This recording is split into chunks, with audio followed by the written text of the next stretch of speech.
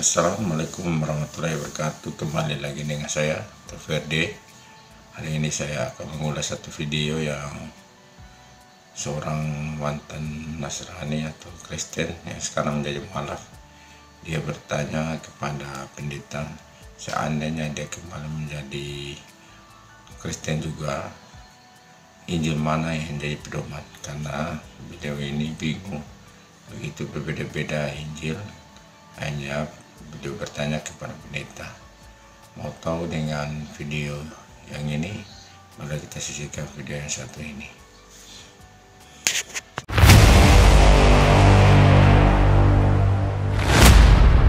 Assalamualaikum warahmatullahi wabarakatuh. Waalaikumsalam warahmatullahi.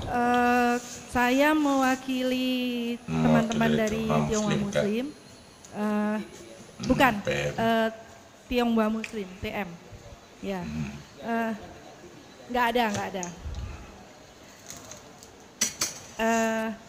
Sebenarnya pertanyaan ini saya akan ajukan, tapi tadi dari Ustadz Mas'ud sudah memberikan pernyataannya terlebih dahulu. Tapi mungkin perlu saya ulang karena ini adalah keinginan yang terdalam yang ingin saya ketahui dari Bapak Ibu sekalian.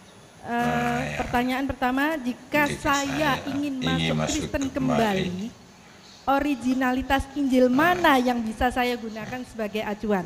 Mohon maaf, karena saya pernah sekolah di Katolik, saya terlahir menjadi dari seorang Kristen, Protestan, tetapi sama sekali saya tidak menemukan ketenangan dan kemudian juga tidak menemukan suatu pedoman keimanan, bahkan ketika saya katekisasi dan lain sebagainya pun tidak terjawabkan. Dan alhamdulillah saya menemukannya dalam Al-Quran. Tetapi ini perlu, barangkali nanti ada teman-teman yang ya tidak menutup kemungkinan ada orang lain yang seperti Ibu Maya mungkin karena tidak dan kurang belajar mengenai Al-Quran sehingga bisa beralih kepada keimanan di sebelah seperti itu. Terus kemudian saya bertanya lagi juga, jika dalam agama Kristen itu Yesus adalah Tuhan sebagaimana yang tadi disebutkan Ustadz Mas'ud, maka setiap ucapan Yesus itu berarti firman. Jadi di manakah firman ucapan-ucapan Yesus sejak lahir? Artinya mungkin sejak seumuran anak saya yang ketiga sudah mulai bisa bicara, itu berarti firman. Jadi saya ingin tahu di manakah letak ucapan anak Yesus tersebut, anak yang Yesus masih anak itu hingga dewasanya. Oke, udah Bu. Saya ingin mengetahui itu. Kemudian mohon maaf Ibu Maya, tentang orang Islam yang mayoritas tidak memahami terjemahan Al-Quran, itu siapa bilang Bu? Kebetulan meskipun anak saya terlahir dari seorang ibu yang mu'alaf ya, tetapi anak saya sudah memahami benar-benar tentang lafaz Al-Quran dan kemudian juga terjemahannya. Bahkan anak-anak saya tidak saya tutup-tutupi untuk belajar membuka Injil. Jadi seperti itu. Jadi bukan berarti orang Islam itu kemudian dianggap bodoh seperti zaman ibu yang lalu mungkin seperti itu. Tetapi alhamdulillah juga ibu saya sendiri yang dulu adalah orang Islam kemudian masuk Kristen tersesat, beliau mengatakan berdiri Om Mami, berdiri. Beliau ini juga luar biasa. Dengan saya berdebat sampai tengah malam, selalu tengah malam. Dan beliau sekarang itu menyatakan menjadi seorang mualaf, seorang muslim, karena beliau bertanya, kalau memang Tuhanku itu memang adalah Yesus itu, aduh cek nelongsonya ya, mengapa terlahir di sebuah palungan? Terlalu hina menurut kami. Jadi mohon diberi penjelasan, bukan berarti kami seperti Bapak tadi yang mengatakan ada, kok kita perang gitu ya, kita nggak perang, kita meluruskan. Dan saya yakin jika saudara-saudara yang lain juga saling berani seperti saya ini anak-anak saya, ada buktinya di sini. Saya katakan boleh kalian mau bergaul dengan teman-teman dia Kristiani, bikin membuka kebebasan Injil dan buat sebagainya. Mohon yang Kristen atau yang agama lain silahkan membuka juga Al-Quran. Maka di situ akan bisa ditemukan dinul Islam sebagaimana bahwa wahyu Allah itu luar biasa. Oke. Dan disitulah letaknya. Maka Ya, kita bisa oke, akan Bu. Terima mendapatkan kasih, Bu. titik temu. Ya. Terima kasih sebelumnya. Ya. Oke, Assalamualaikum warahmatullahi wabarakatuh.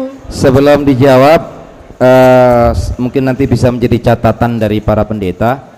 Mungkin yang ingin saya pertanyakan sebagai moderator, Ibu mualaf tahun berapa, Bu? Terima kasih Ibu. Tadi saya senang dengan pertanyaan Masnya tadi itu, masalah keaslian Alkitab dari segi arkeologi. Sebenarnya, ya, kenapa? Ya. Sebenarnya saya ingin tunjukkan arkeologi atau prasasti bagaimana itu ada saya, tapi akan lama waktunya, sedangkan Pak Makru sudah ini. Nah, sebenarnya ini yang saya mau. Mari coba kita, kalau kita bicara originalitas, kita harus kembali kepada sejarah. Tapi mungkin lain kali kita akan bahas lagi. Yang kedua, masalah tadi apokrifa dari Pak Menahem Ali. Betul. Orang Katolik itu sekarang punya kitab yang lebih banyak dari Protestan, itu betul. Nah, tapi begini, dari abad pertama sampai abad 15, jadi selama 1500 tahun, kitab Protestan dan Katolik itu sama. Baru abad ke-16 ada Konsili Trente, di mana teman-teman dari Katolik memasukkan 4 kitab apokrifa sebagai kanon kedua. Sebenarnya tidak jauh beda juga dengan di Islam kan, ada hadis ini, ada hadis itu, dan itu sangat dihargai. Kalau ditanya bagaimana pendapat saya terhadap apokrifa, saya sangat menghargai dan sampai sekarang saya belajar itu. Nah, kalau nanti misalkan lalu kenapa orang Katolik memasukkan, ada alasan-alasan mereka, ya silakan Pak Menahem Ali tanya langsung kepada mereka. Pendeta ya. Itu masalah-masalah apokrifa. Lalu masalah varian. Pak Menahem Ali, kita harus jujur dengan sejarah. Tadi Pak Menahem Ali berkata bahwa Al-Quran yang sekarang itu dulu tidak ada, sampai sekarang itu dulu tidak ada musab-musab atau varian-varian teks yang berbeda. Saya merasa itu pernyataan yang tidak jujur dengan sejarah, karena ini adalah ditulis Abu Daud abad 9 dan ada manuskrip atau musab-musab yang berbeda secara teks. Ingat, bukan secara tanda baca. Jadi saya ada bukti-buktinya dan bisa saya pertanggungjawabkan. Masalah tadi, masalah varian. Yang terakhir masalah Ibu tadi yang menjawab. Injil mana yang bisa dijadikan acuan? Ibu kalau baca Matius, Markus, Lukas, memang Ibu ada perbedaan urutan peristiwa seperti dalam Al-Quran juga sama. Dalam surah ini berkata Maryam, ini peristiwanya pendek, yang satu panjang. Nah, di Matius itu yang saya katakan. Di Matius, Markus, Lukas mereka melihat peristiwa itu di tempat dalam perspektif yang berbeda, sudut pandang yang berbeda, tapi peristiwanya pernah terjadi dan tidak ada sesuatu yang kontradiksi. Nah, Ibu, kalau ada yang kontradiksi, jangan lihat terjemahan, tapi lihat bahasa asli. Makanya penting sekali. Ini yang mau saya serukan kepada orang Kristen. Orang Kristen sama seperti yang dikatakan Pak Menahem Ali, tahu terjemahannya tapi tidak tahu aslinya. Bodoh sekali menurut saya. Kita harus belajar bahasa aslinya. Seperti tadi masalah Markus tadi, masalah Lukas, masalah membawa tongkat. Itu bisa kita selesaikan kalau kita bisa belajar bahasa asli. Terjemahan itu kan terbatas sekali. Ada banyak istilah-istilah dalam bahasa Jawa yang sulit kita terjemahkan dalam bahasa Indonesia. Benar enggak? Makanya kadang-kadang kita opo yo. Kalau bahasa Indonesianya opo yo, opo yo. Karena terjemahan. Makanya penting sekali. Kalau ada orang Kristen di sini yang mendengarkan saya bicara, mari kembali belajar bahasa Alkitab. Jangan cuma terjemahan saja. Harus dicerdaskan. Jadi sebenarnya tidak ada masalah, Bu. Ibu mau baca Matius, Markus, Lukas, peristiwanya itu tidak ada yang bertolak belakang satu dengan yang lain. Nah, yang kedua, masalah anak-anak Yesus. Kenapa dalam Injil itu tidak diceritakan umurnya begini, ini. Lalu kenapa tidak diceritakan?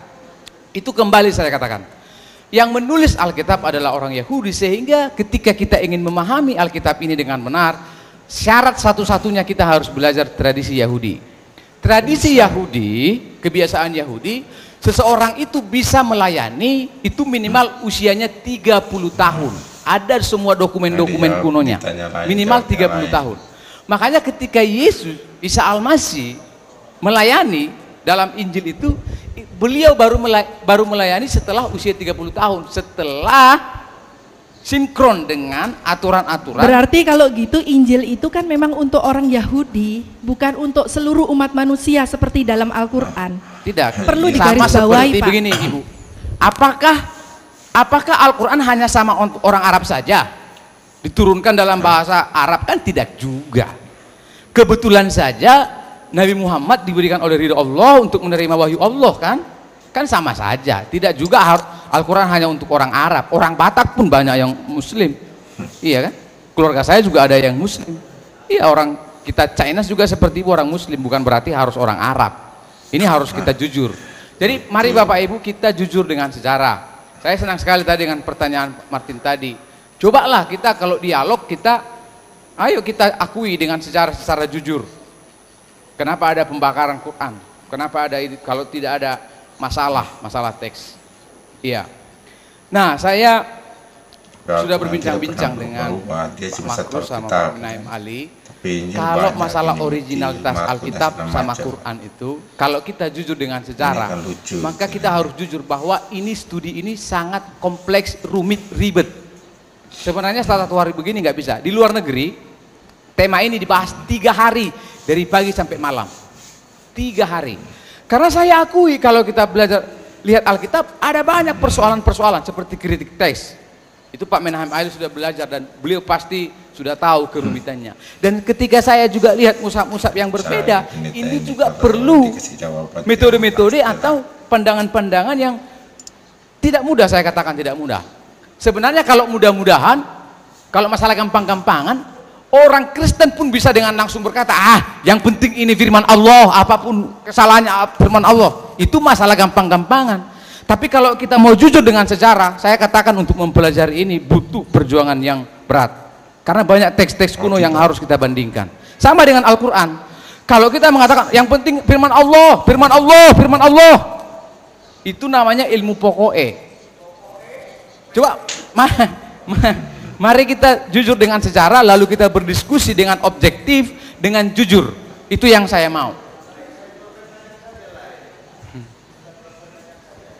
Oke, jadi saya ada usul supaya nanti lain waktu, coba kita buat tema ini secara lebih spesifik.